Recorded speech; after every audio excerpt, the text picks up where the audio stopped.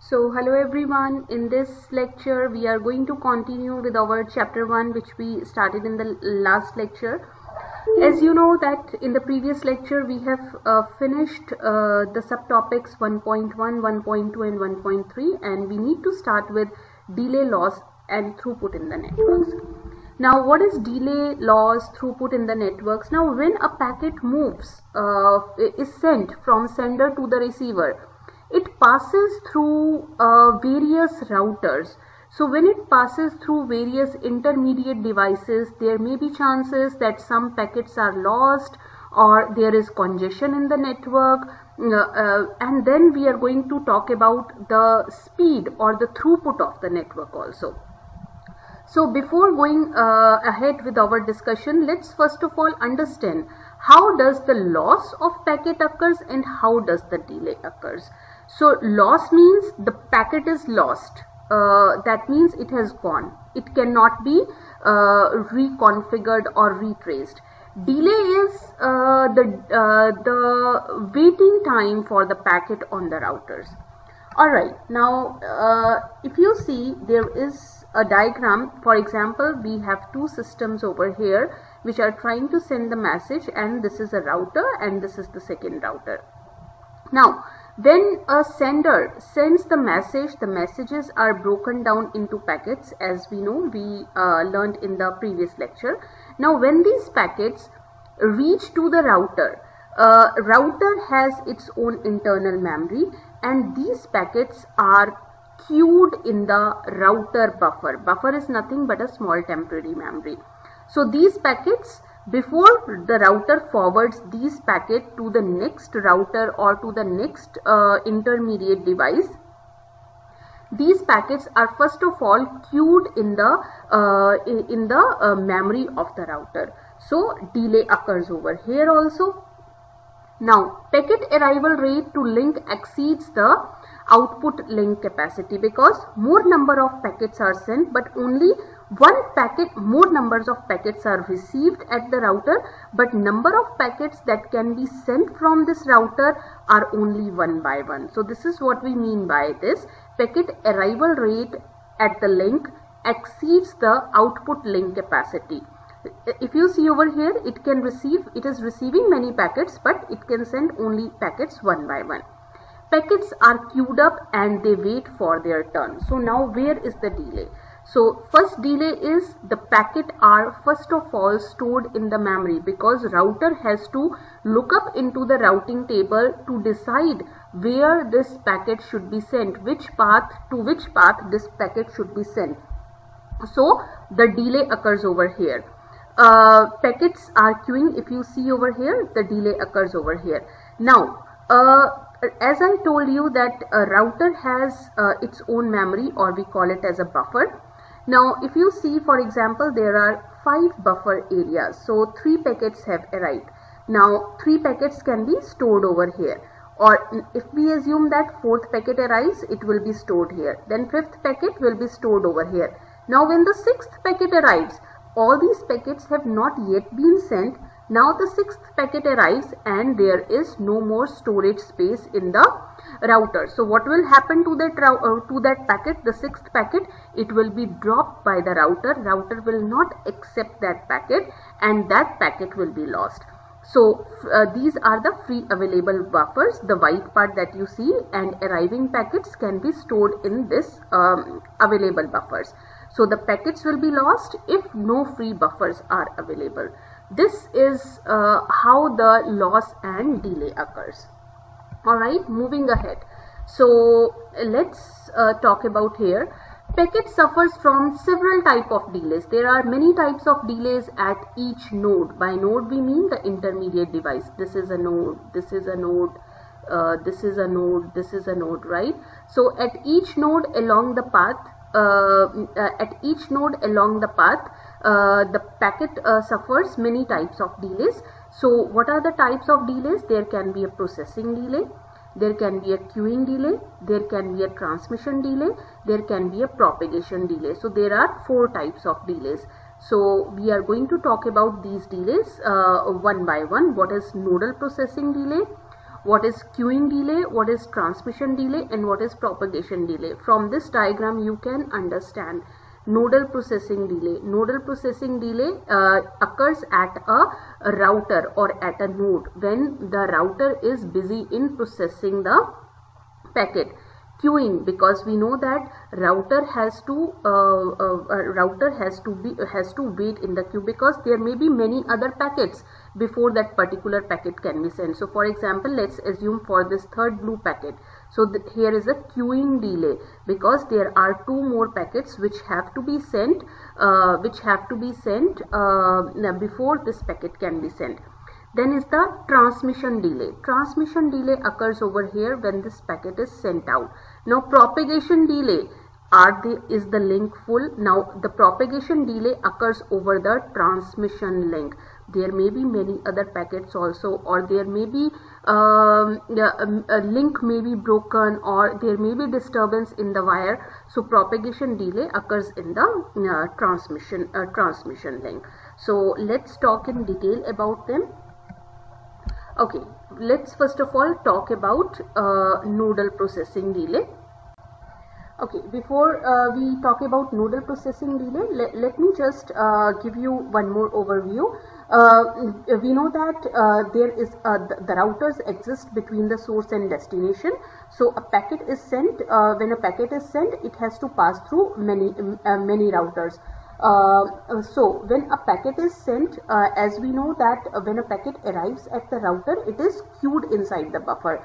So when the packet arrives at a router, for example, let's say this router is A, from the sender, router A will examine the packet header to determine the appropriate outbound link, because this router may be connected to many other routers also. So it has to determine the appropriate outbound link for the packet, and then it will direct the packet to that particular link. So for example, in this example, the outbound link for the packet is towards the router B. A packet can be transmitted on the link if there is no other packet currently being transmitted on the link. So this is the transmission delay. So a packet can be transmitted only when there is no other packet. There is no other packet currently being transmitted on the link, and if there are no other packets preceding it in the queue. Now, if the link is currently busy, or if there are other packets already queued in the link, the packet that has arrived now on the router will be placed in the queue. Alright, so going ahead. Okay. So let's talk about the processing delay now over here. First of all, let's talk about the processing delay. Processing delay is defined as the time required to examine the packet header and determine where to direct that packet is called as the processing delay. So processing delay is examine the header of the packet and to decide to which link the packet needs to be sent is called as the processing delay, which we call it as the nodal processing. The processing delay can also include other factors such as time needed to check the bit level errors in the packet that can occur during the transmission. So it also checks for the errors in the packet, bit level errors that can occur while the packet is being transmitted. Processing delay in high-speed routers, they are typically of the microseconds or very less. So the nodal processing, it checks the output bit errors and it determines the output link. The next, let's talk about so it is as I just told you, the processing delay at a very fast router is just a few microseconds, and after this nodal processing, the router directs the packet. It will direct the packet to this queue that precedes the link to the router B. So it will direct the packet to this queue after examining the header of this packet. Now let's talk about the queuing delay. So at the queue, the packet will experience a queuing delay, because if you see, when this packet has arrived, there are two more packets. So it will experience a queuing delay because it will wait to be transmitted onto the link.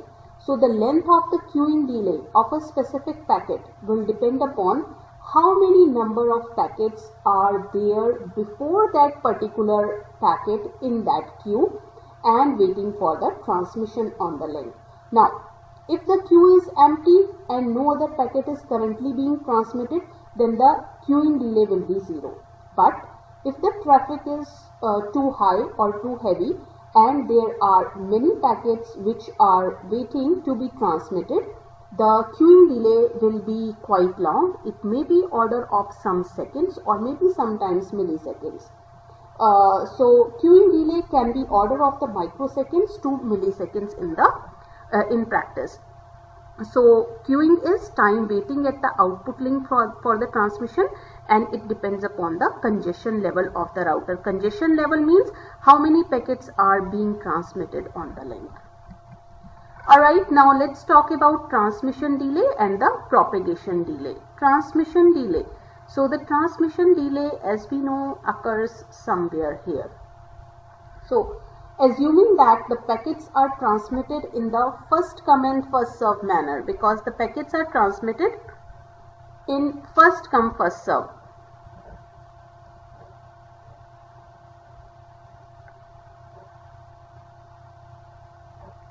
So the packets are being transmitted as first come first serve.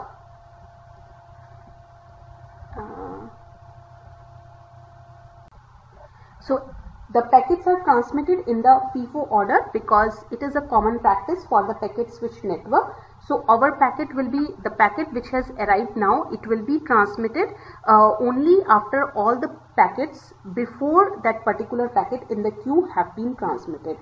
So we denote the length of the packet by L bits. We have discussed this concept in the previous lecture also. And so the transmission delay depends upon the number of bits in the packet and the transmission rate of the link from a particular router to the second router. So it is denoted by time to send. Transmission delay is denoted by the formula L by R. So where L stands for L defines the size of the packet in bits, and R defines the link bandwidth of the link. Now we talk about propagation delay. So propagation delay occurs somewhere here on the link. Alright, so once a bit has been pushed into the link, so once a bit is traveling, has been pushed on this communication link, it needs to propagate on the link so as to reach the router B. So the time required to propagate from the beginning of the link to the link to the router B is called as the propagation delay. So time required by the packet to travel from router A to router B is propagation delay. The bit propagates at the propagation speed of the link, so this will depend upon the link. Link speed also, if the link is faster, propagation delay will be less. If the link is slower, propagation delay will be more. So the propagation speed depends upon the physical medium of the link, right? So D is the length of the physical link and S is the propagation speed, and propagation delay, the formula is D by S. So it depends upon the length also, and it depends upon the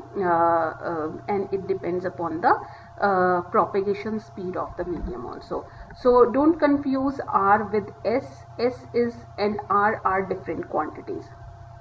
Alright, moving ahead now. So let's compare transmission delay and the propagation delay. What's the difference between them? So the transmission delay is the amount of time required for the router to push out the packet. So for example, this is a router and we have a packet. Let's assume that this packet contains the 10 bits. So transmission delay is how much time required by the router to push out this complete packet, all the 10 bits. And the propagation delay is the time it takes a bit to propagate from one router to the next.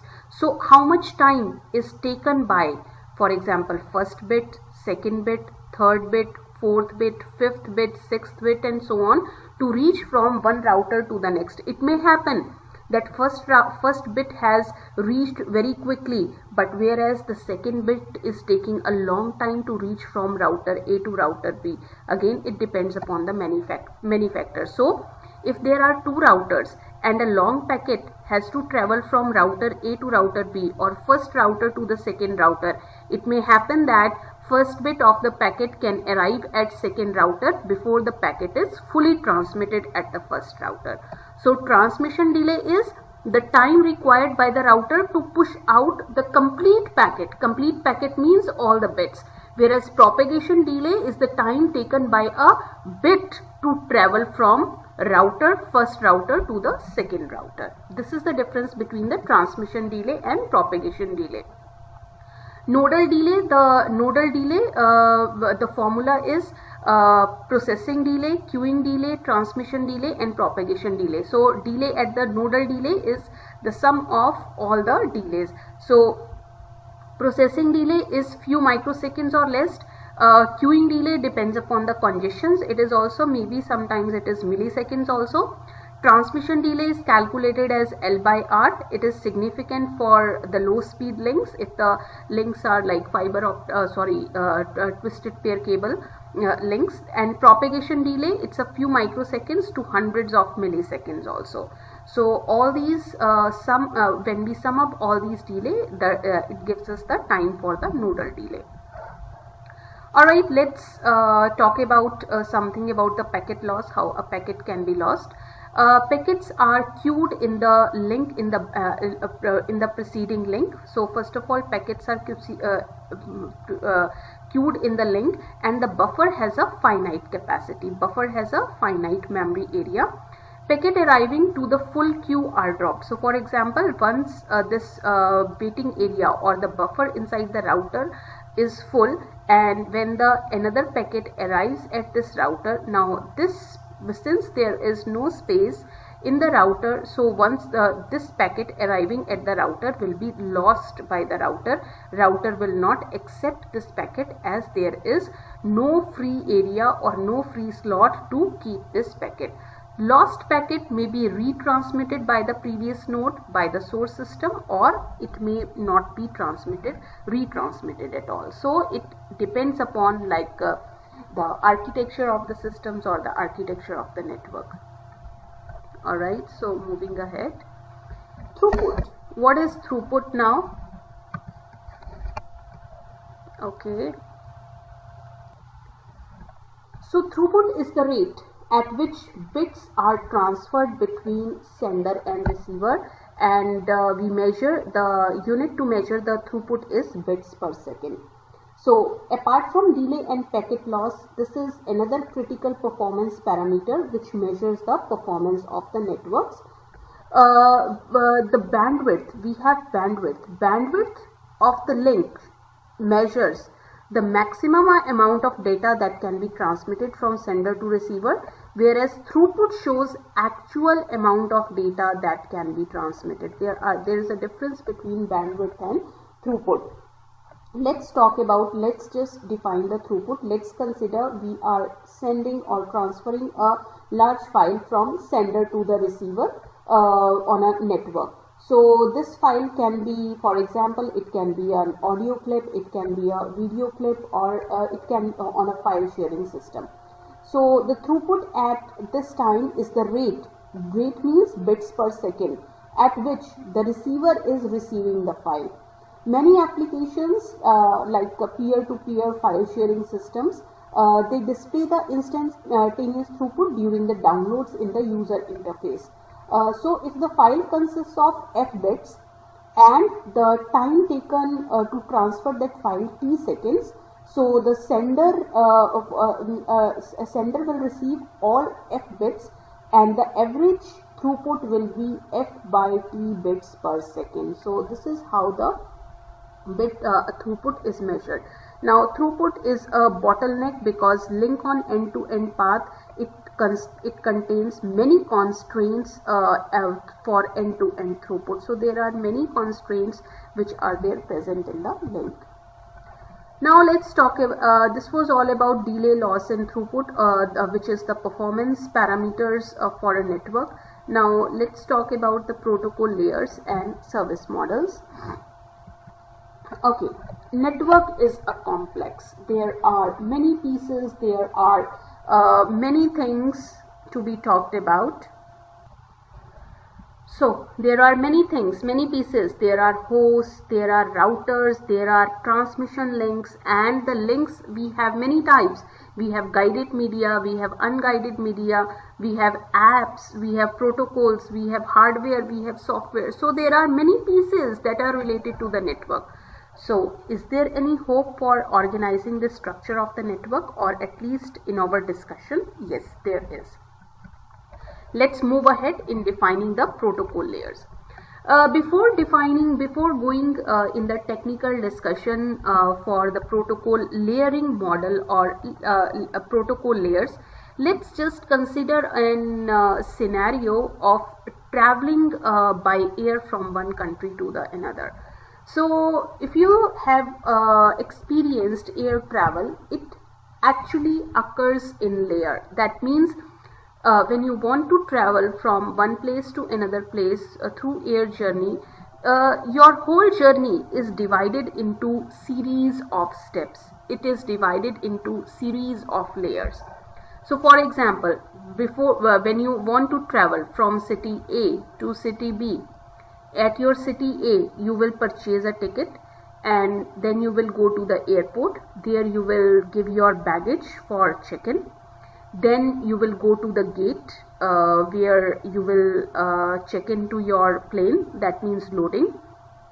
Then the plane will take off, and then the plane will it will route to arrive at the destination. It will follow its path to arrive at the destination. So airplane is routing. Now at this airplane is routing when it arrives at the destination, for example city B.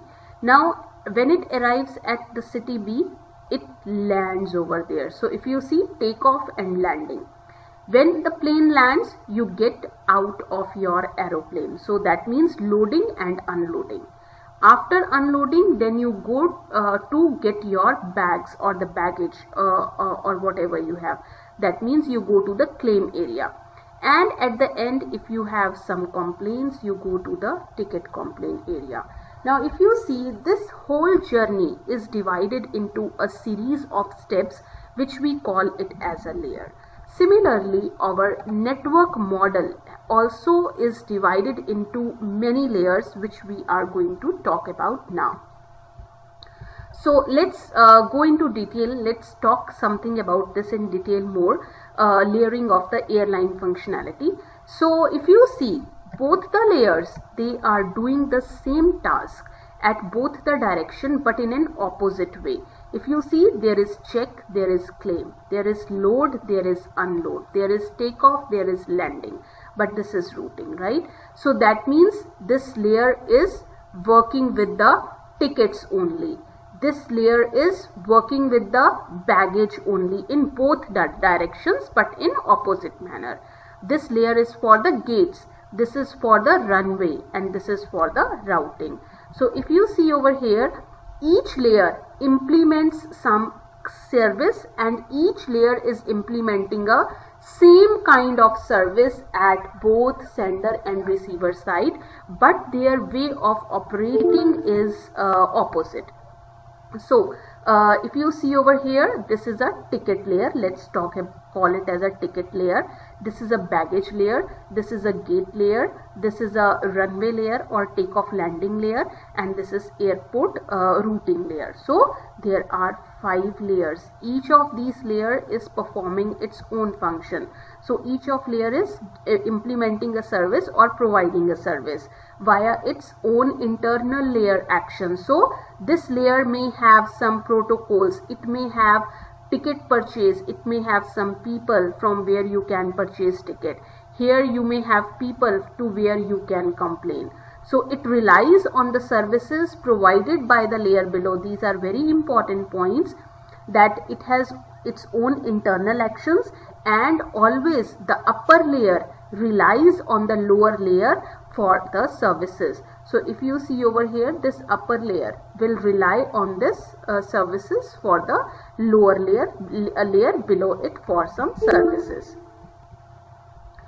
Why layering? Why do we need a layering? Another example I can give you is for your admission process. When you join the college, you may have experienced layering also. For example, you came to the college, you went to the admission office where you gave your documents, and then they processed your documents, and then you were given your student ID when you were enrolled as the student. So that was the admission and registration office task. Then you joined some department, for example computer science department. You complete your studies. You have the student affairs department. For example, if you have any complaints or any issues, you go to that department. So this is how the layering takes place. Now, why do we need a layering? Layering means actually a complex task is broken down into simpler tasks or the simpler layers so that it can function smoothly. So when we are dealing with a complex system, it allows identification, relationship of the complex system pieces, and it also allows the working of a complex system to function as more simpler and more smoothly. In this chapter, we are going to talk about some layered reference model for our discussion. And now, layering makes the task easier, and it eases the maintenance and even the updating the system. Updating the system means, for example, you are in the CS degree plan. So every 5 years we update our CS degree plan. So learning a course from some department, that is again a layer. So when we update our CS degree plan, we are not affecting any of the layer. For example, we are not affecting admission or registration office. They are function by themselves normally. We are not affecting the student affairs department. We are not affecting the community service, and so on. And another example, for example, if the admission and registration department, they change their mode of working. For example, instead of inviting you to the college, they take everything online for you. It will have no effect on our department or on the business study department or on the student affairs. So updating a system is easier.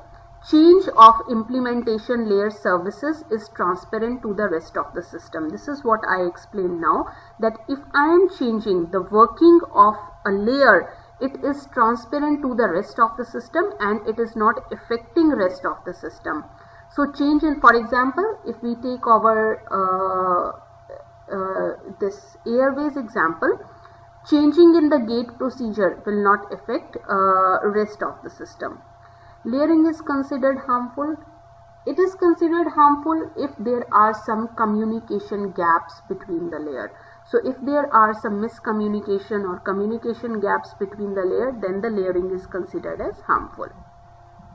Now, that was enough of the discussion from the general point of view, that why to have the layers and what is layering.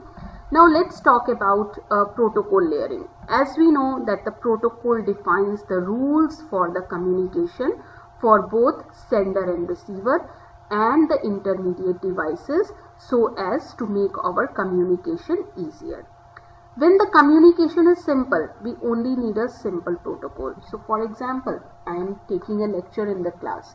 This is a simpler communication. So we only need a simple protocol. For example, you need to follow only class rules and you need to follow the attendance policies. But when the communication becomes complex, we need to divide the task between different layers. For example, when you want to enroll yourself in a college, so that type of communication process, it is a complex process. So we need to divide this task into different subtasks, or we call it as the different layers. Then we need a protocol for each layer. We need a rule for each layer. Just like, for example, CS department has its own rules, admission and registration office has its own rule, student affairs department has its own rule, and so on.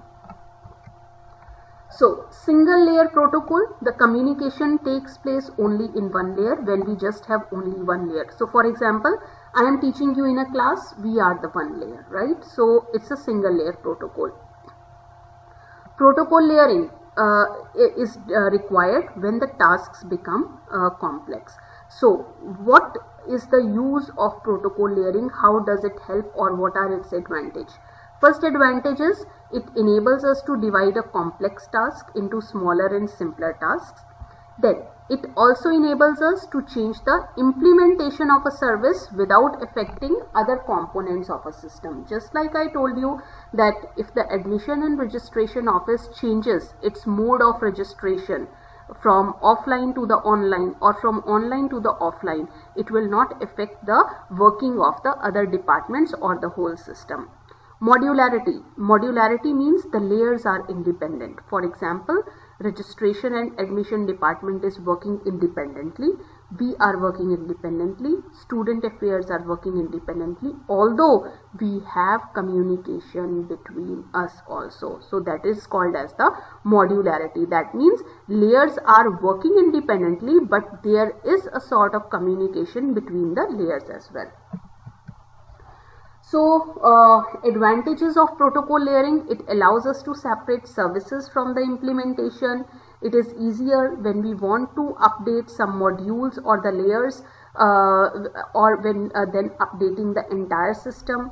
And in the networking system, communication does not always use two-end system. There are intermediate systems also that need some layers, but not all layers. So intermediate systems like your routers, like your switches, hubs, repeaters, so they may not use all layers, but they have certain layers. Network protocol layering. Okay, so network designers, they organize the protocols and the network hardware and the software that implement the protocol in the layers. Each protocol belongs to one of the layer and it functions just like we learned in the airline architecture.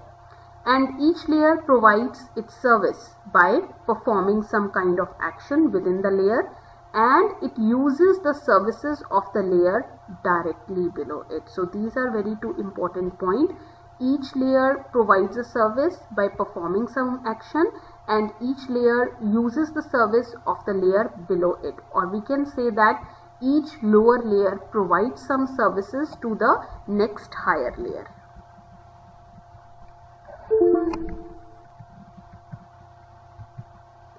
Alright. Okay. So here we talk about the network model. We have two models, OSI model and the internet model. OSI stands for Open System Interconnection and it was developed by ISO. OSI is the model, and Internet Protocol model. In this book, this Internet Protocol model is also called as TCP/IP model, and this is the OSI model.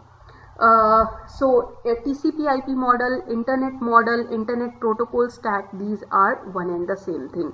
Now what is the difference between the two? Although we are going to talk about more differences between the two, but one of the visible difference between the two models which you can see from here is the Internet model or the TCP/IP model has 5 layers, whereas OSI model has 7 layers. TCP/IP stands for Transmission Control Protocol, Internet Protocol. So OSI, Open System Interconnection model, has 7 layers, whereas TCP/IP has 5 layers. Let's compare their layer. The bottommost layer is the physical layer in both the models. The next layer, 1, 2, 3, 4 and 5. This is 1, 2, 3, 4, 5, 6 and 7, right? So the second layer in both the models is the data link layer, or we sometimes call it as the link layer. The third layer in both the models is the network layer. The fourth layer in both the models is the transport layer, right? But the fifth layer in both the models is different. The fifth layer in the OSI model is the session layer. Sixth layer is the presentation layer, and the seventh layer is the application layer. Whereas in case of TCP/IP model, this presentation layer and the session layer are omitted and only we have the application layer. So TCP/IP model has 5 layers, OSI model has 7 layers. You have to learn or write them in order, starting from bottom to top or from top to bottom. You cannot like interchange their positions or places. You have to write like this in order. If I go from top to bottom, it will be read as TCP/IP model, application layer, transport layer, network layer, data link layer and physical layer. And from bottom to top, it will be physical, link, network, transport and application. Same thing goes with this also. So you need to memorize in their order. You cannot change their order.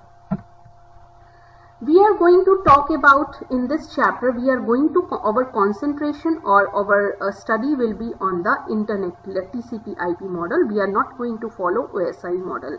The reason I will tell you by the end of this chapter. So let's just have a quick look at the function of these layers. Let me just talk about let's just talk about application layer.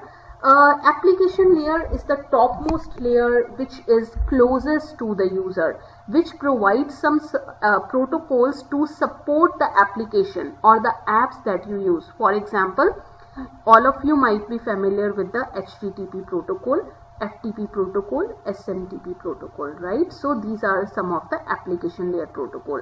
Then we have transport layer protocol. Transport layer, the job of the transport layer is process to process data transfer. So what is process to process data transfer? I will explain later on in the coming slides. And the protocols used by this layer is TCP and UDP. Network layer is concerned with routing of datagrams from source to the destination. So basically the job of the network layer is to provide a path from source to the destination, and the important protocol of the network layer is IP, and there are many other routing protocols also. Next is data link layers. It provides data transfer between neighboring network elements. Neighboring network elements means, for example, this is system A, this is system B. In between there can be routers. So data link layer provides data transfer between the neighboring, this is the neighboring element, this is the neighboring element, then this is the neighboring element. So data link layer works from hop to hop. The important protocols used by link layer are PPP, which is point to point protocol, and the Ethernet protocol. Last layer is the physical layer. This layer is the closest to the transmission media. So it is responsible for transmitting bits on the wire or bits on the physical media, whether it is a wired media or the wireless media. ISO OSI reference model, Open System Interconnection Reference Model. Now all the layers work in the same way except even the application layer. Now what is the functionality of these two layers, presentation and session layer?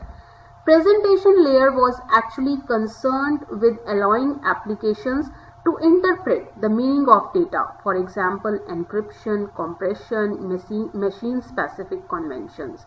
Whereas session layer was responsible for maintaining or for establishing the session between the sender and the receiver, for synchronization, checkpointing and recovery of the data.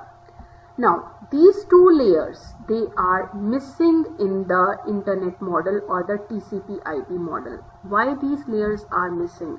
Because if you see, as such, these two layers have no such distinct function to perform. Because, for example, interpreting the meaning of data, encryption, it can be included in the application layer. For example, let me talk about WhatsApp. WhatsApp is an application layer. It is providing the end-to-end encryption.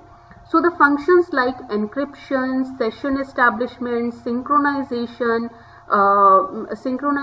data exchange, this can be integrated with the application itself, and as such there is no use of these two layers. So these services, if needed, can be implemented in the application itself. That's why these two layers are missing in the TCP/IP model.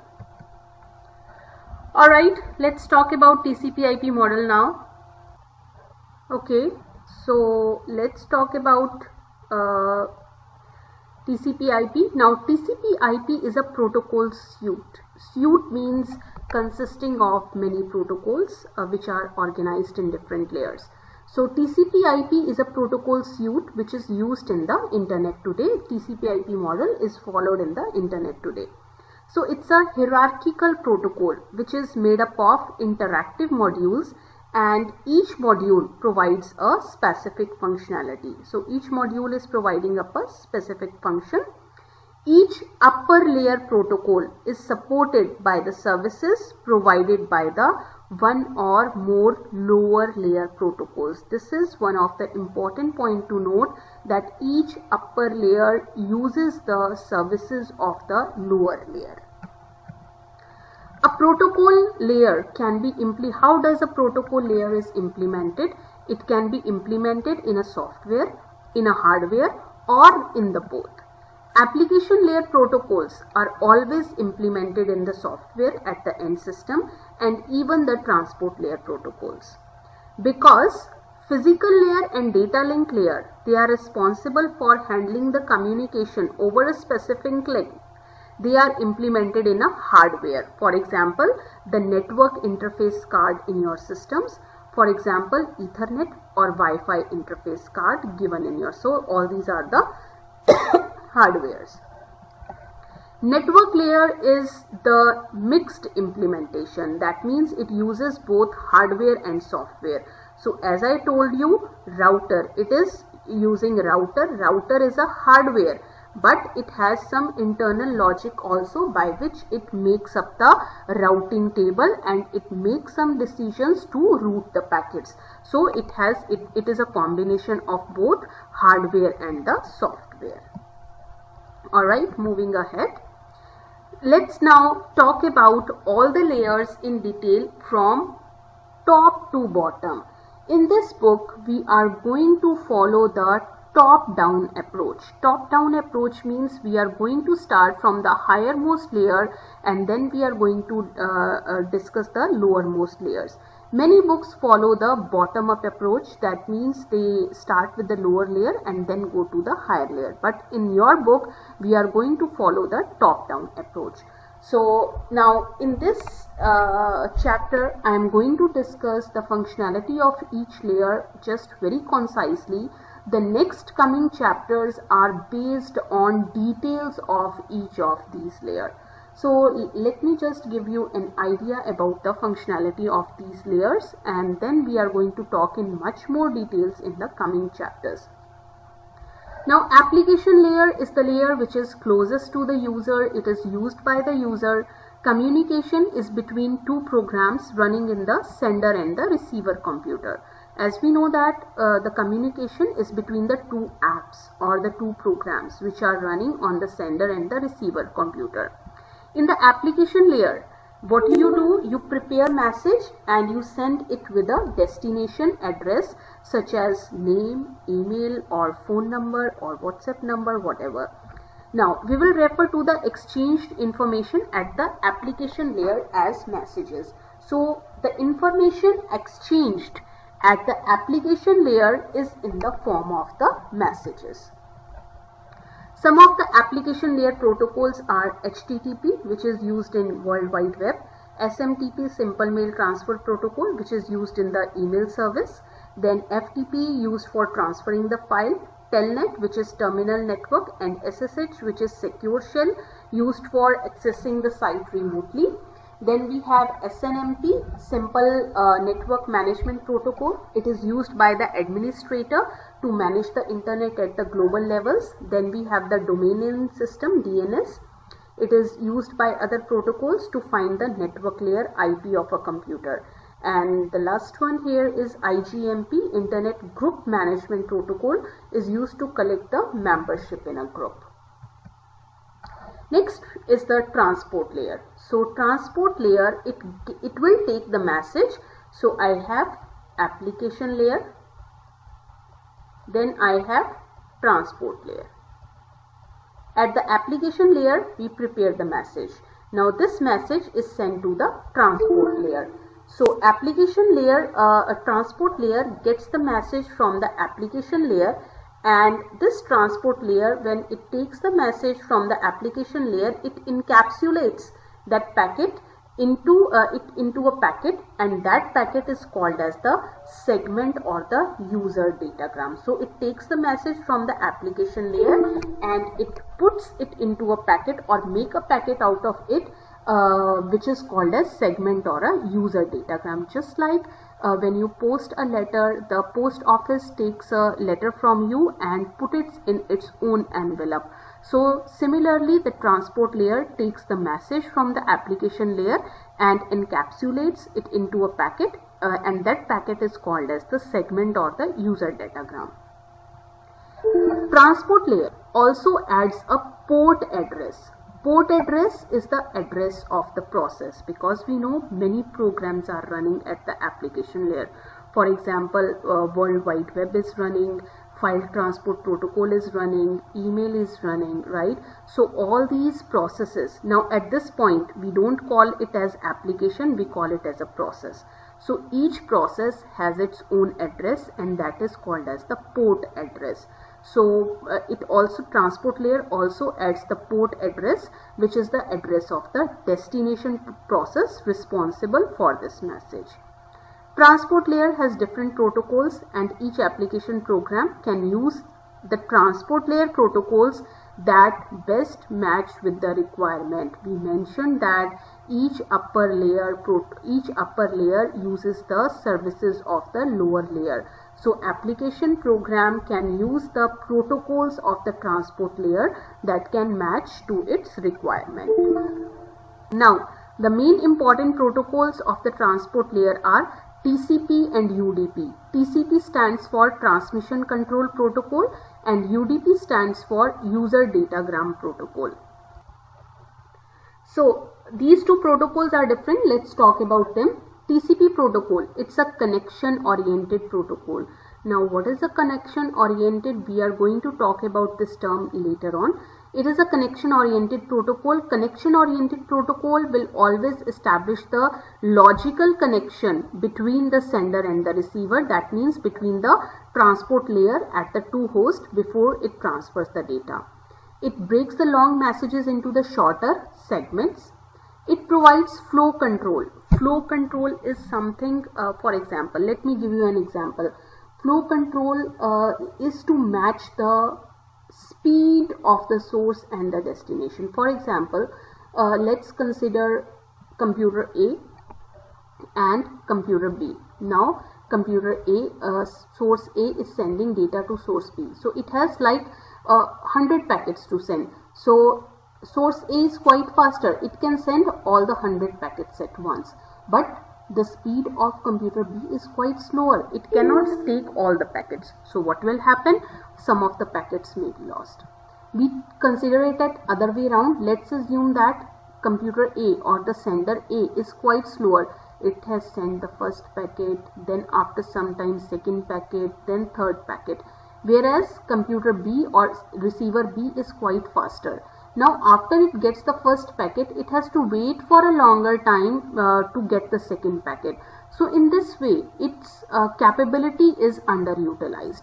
So the flow control actually matches the data rate of the sender computer with the data rate of the destination computer so as to prevent the overwhelming of the destination. Transport layer also provides the error control, which guarantees that the segments which arrive at the destination, they are without error, and it will, if they are with error, then it will resend the corrupted ones. Transport layer is also responsible or provides the congestion control. That means to reduce the loss of the segments due to congestion in the network. The other common protocol in the network layer is the UDP or the User Datagram Protocol. It's a connectionless protocol. Connectionless means it transmits the user datagrams without creating any logical connection. So connection oriented means logical connection between the transport layer processes at the two hosts is established, whereas connectionless means no logical connection is established. It does not provide flow control, error control, or the congestion control, and it does not guarantee data reliability also, whereas all these services, these are provided by the TCP. Now the next important layer of the TCP/IP model is the network layer. Network layer is responsible for creating a connection between the source computer and the destination computer. So it is a host-to-host communication. It is also responsible for providing a path to the packets through the possible routes. Network layer has routing protocol which does not make the routing but creates forwarding table for the routers so that the routers can help in the routing process.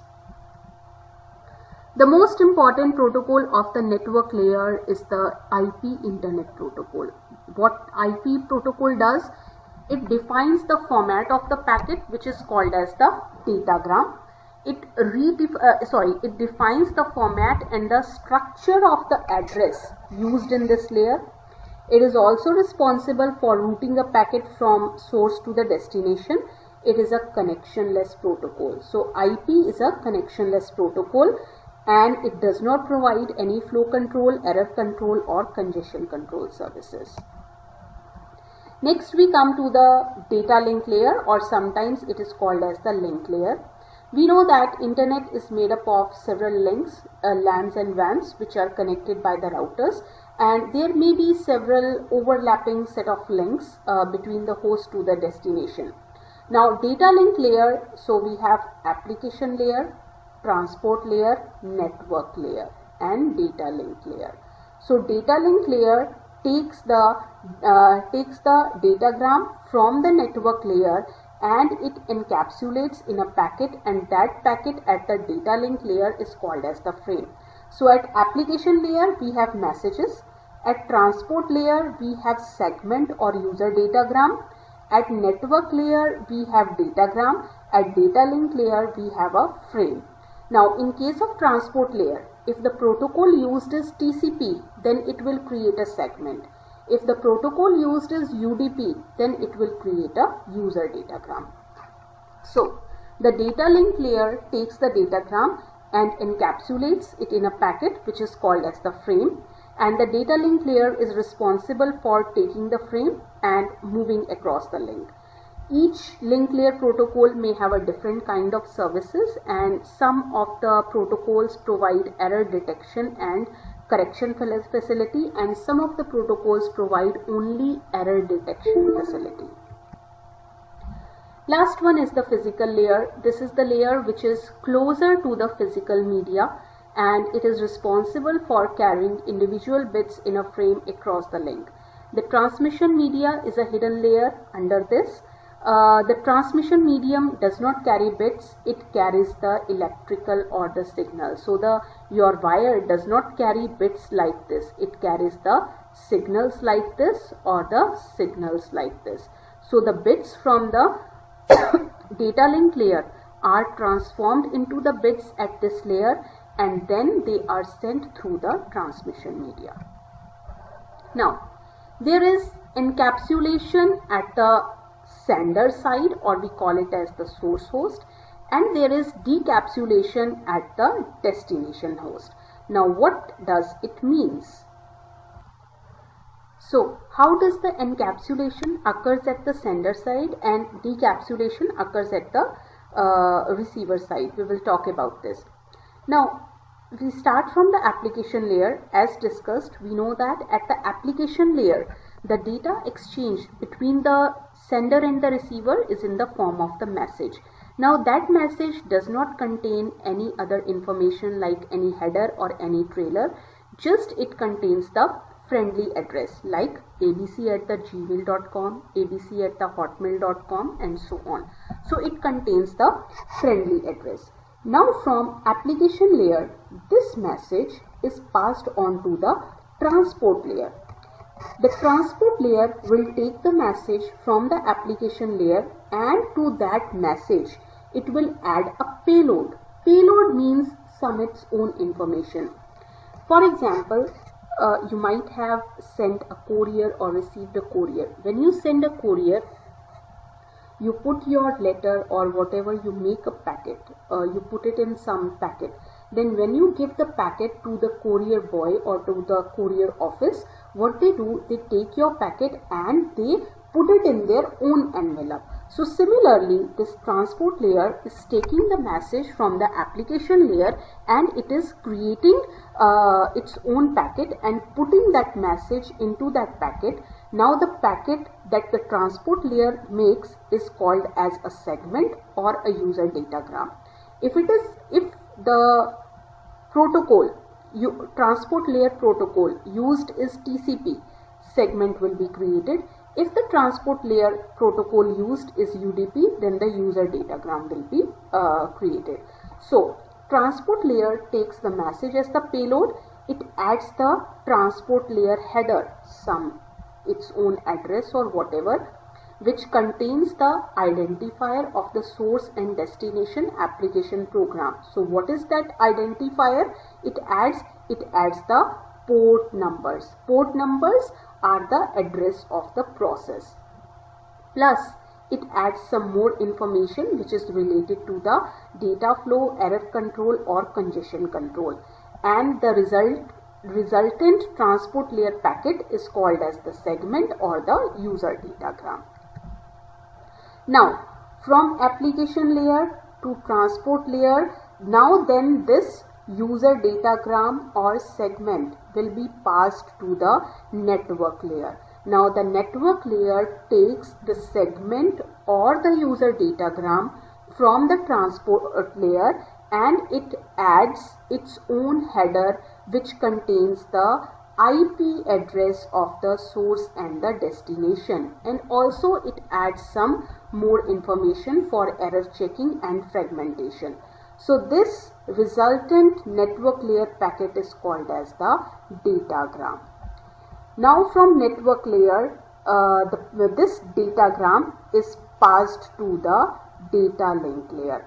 So data link layer takes the payload from the network layer and it will add its own header which contains link layer address, which is the MAC address or the physical address of the host and the next hop, and the resultant packet is called as the frame.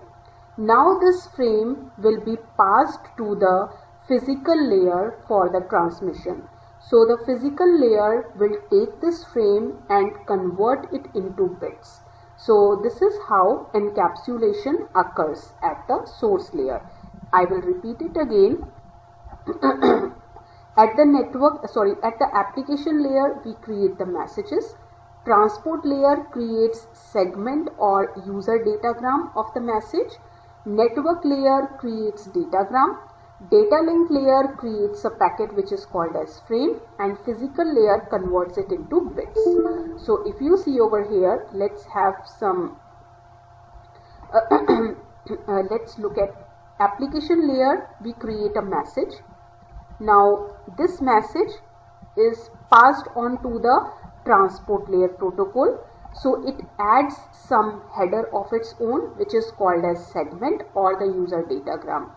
When the protocol used is TCP, it will create a segment. When the protocol used is UDP, it will create a user datagram. Now this segment or the user datagram will pass on to the network layer and it will add its own header. So header at the network layer, and it will create a datagram. Now this datagram will be passed to the data link layer. Data link layer will add its own header and it will create a frame. Now this frame will be passed on to the physical layer. So this will travel from switch to the router and then it will come to the destination. So if you see, this arrives at the switch, then from switch to the router. Now at router decapsulation occurs. Now, how does decapsulation occurs at router? From the physical layer, it will be passed to the data link layer. Now, data link layer will remove the its header and check what is the MAC address of the next hop router or the next host. Then it will be passed to the network layer. Network layer will check the IP address of the destination and decide to which link it should forward now. After deciding,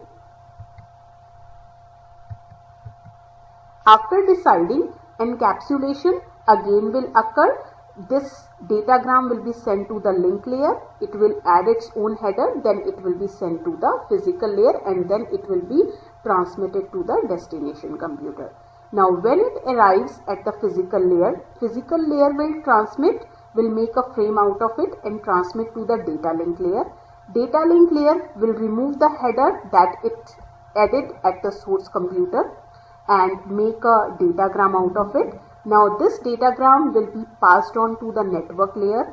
Network layer will remove its header which it added over here in the source computer and make a segment or a user datagram. Now, this segment or a user datagram will be passed on to the transport layer. It will remove its own header which it added at the source computer or the source point, and it will create a message out of it. Now, this message will be passed to the application, and finally the message will be delivered to the user.